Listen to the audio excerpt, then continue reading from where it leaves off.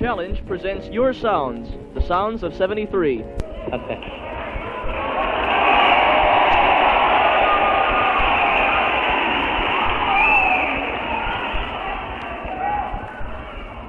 Well, the football team is very excited about this game tonight, and of course, we're number one right now, and we want to keep our...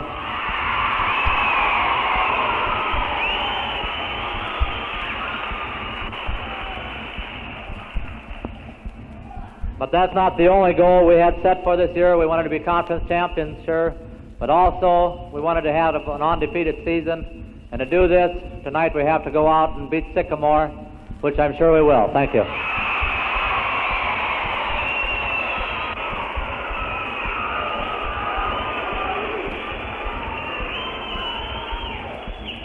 To go a little bit beyond that, we have a gentleman here with us this afternoon who is going to recognize us as number one. So at this time, I'd like to introduce from WLS, Mr. Charlie Van Dyke.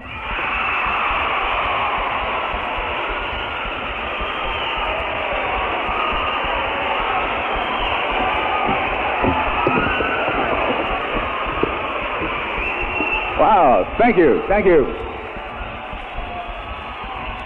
I deserve all of that. Thank you.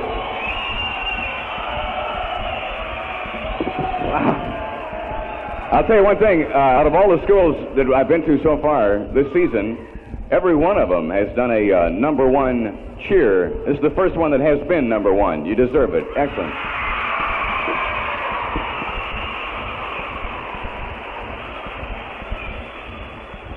There's really only one thing that kind of amazes me, though. I mean, I've visited a lot of schools. You have, in my opinion, honestly, the best band that I've heard at any of the schools.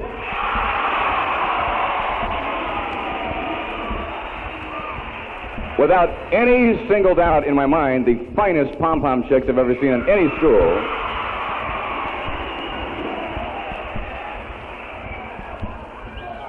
You have a tremendous football team.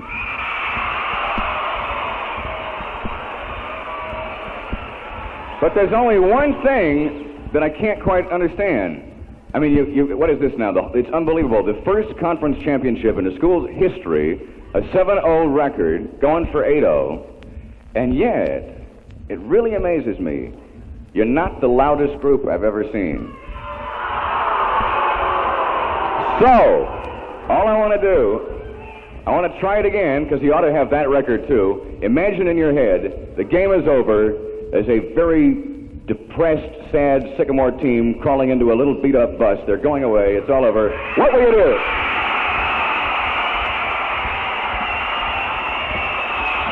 That's right.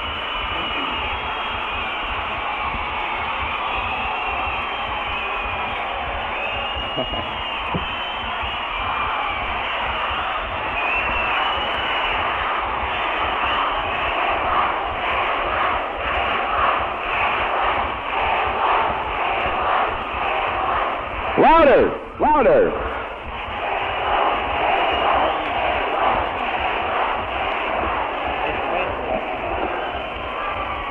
Coach, from all of us at WLS Radio and the 7-Up bottling companies, on behalf of all of us and for you and the team and all the students, I want to present this plaque which says High School Football Team of the Week, presented by WLS and 7-Up, and on top, number one, West Chicago.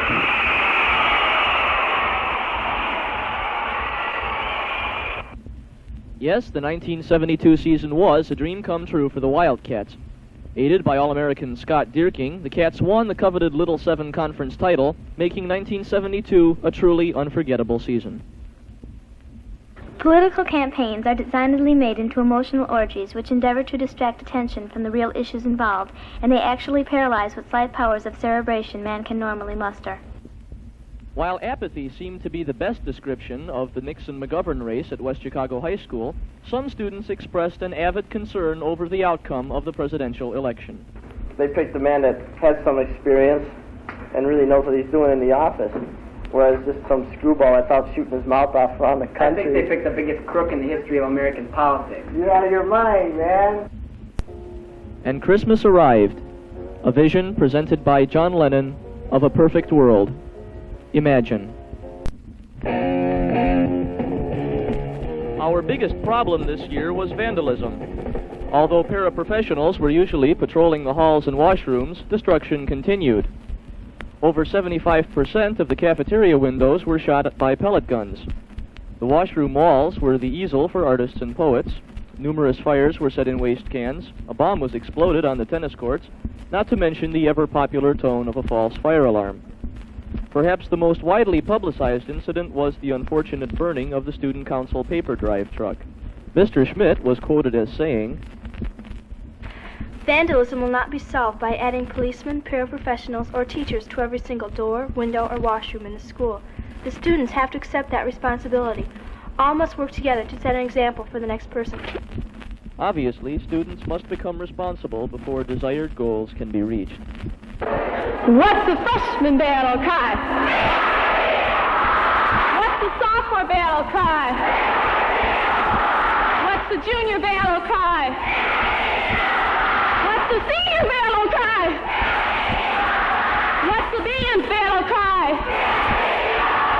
What's the welcome battle cry? This bunch of kids that we got out here right now is about as dedicated as any group that I've coached in 11 years. And one of the things that is characteristic of them so far, and this is one of the things that's appreciated, is their attitude, because they're coachable. If we say jump, they don't say why, they say how high, coach, and that's the truth.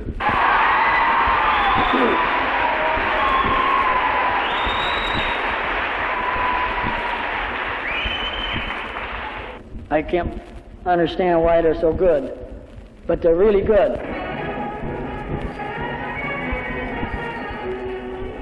It was another successful year for the music and drama departments, who won several awards in various areas. The ever-popular musical, The Wizard of Oz, was a smashing success, breaking all attendance records. We are indeed proud of the music and drama departments.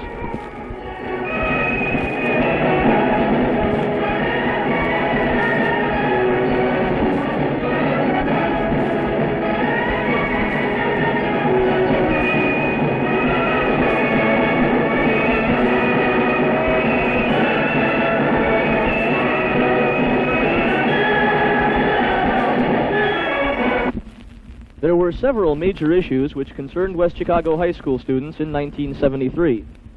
The question of open campus was predominant and remained unsettled despite the sporadic attempts of several factions. Apathy, considered by most the number one villain, continued.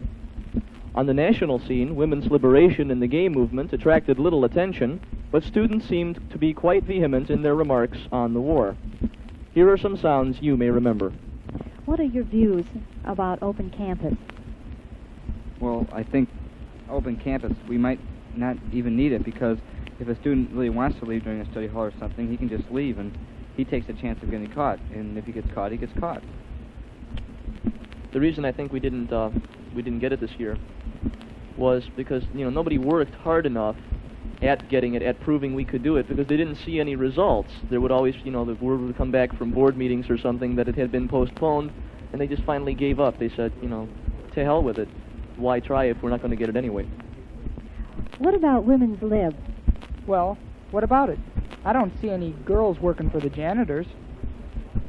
How do you account for the lack of a reaction to the war's ending? When it came to, like, World War I and World War II, they had all the ticker tape parades down Main Street in New York or whatever. People were proud of being in that war. We had some business being there. When it came to Nam, we had nothing to be proud of there. It was a lousy war to get into, and we weren't even getting out soon enough. It was something, it's about time we get out of there. There was no pride about being in, so. I feel that war has just become too sophisticated, and that civilization won't be able to afford it anymore. People are starting to realize, or already have, that if there's a disagreement, that it's going to have to be settled over a table instead of with a war. A planet doesn't explode by itself, said Riley the Martian astronomer, gazing off into the air. that they were intelligent beings must have been living there.